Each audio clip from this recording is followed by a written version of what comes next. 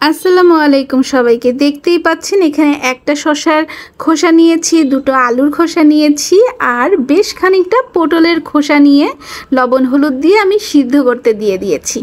এবার আসি এটা আমি কি করব সেটা বলতে।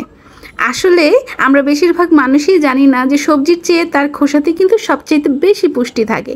তো যারা ডায়েটে আছেন তারা যারা মেয়োনেজ খেতে পারেন না, মেয়োনেজের পরিবর্তে আজকে আপনাদেরকে স্পেশাল একটা চাটনি রেসিপি দিতে যাচ্ছি।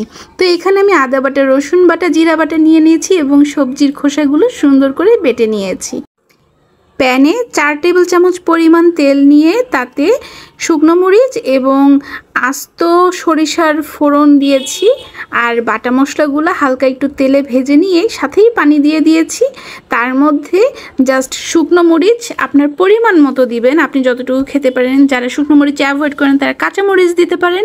আর সামান্য লবণ দিয়ে এই মশলাটাকে ভালো করে ভুনে এর উপরেই ওই ভর্তাটাকে সুন্দর করে কষিয়ে নেবেন। হয়ে যাবে আপনাদের চাটনি। খুবই অল্প সময়ের রেসিপিটা তৈরি করা যায়, শুধু বাটাবাটিটাই ঝামেলা। যাদের ব্লেন্ডার আছে ব্লেন্ডারে ব্লেন্ড করে নিতে পারেন। তবে বিশ্বাস করুন এটা আপনার মেয়োনেজের স্বাদটাকেও হার মানিয়ে দিবে, এতটাই মশলাদার একটা চাটনি এটা।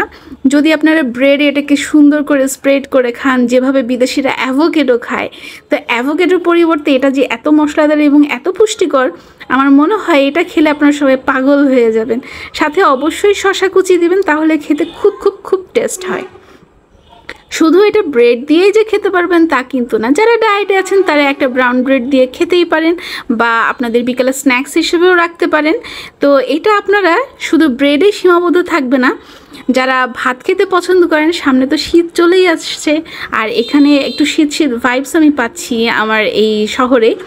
তো আমি আজকে দুপুরে গরম ভাতের সাথে যখন এই ভর্তাটা নিয়েছিলাম, বিশ্বাস করেন আমি আজকে মাছ ভুনা করেছিলাম, বেশ কিছুটা তরকারি রান্না করেছিলাম কয়েক প্রকারের, বাট আমি কিচ্ছু নেইনি, শুধুমাত্র এই চাটনি বা ভর্তা দিয়েই সুন্দর করে মজা করে খেয়ে উঠেছি। আপনারা বাসায় একবার হলেও ট্রাই করবেন এবং অবশ্যই সবজির খোসা কিন্তু কখনোই ফেলবেন না। এটা খুবই খুবই খুবই উপকারী এবং আমাদের হেলথ বেনিফিটস অনেক বেশি।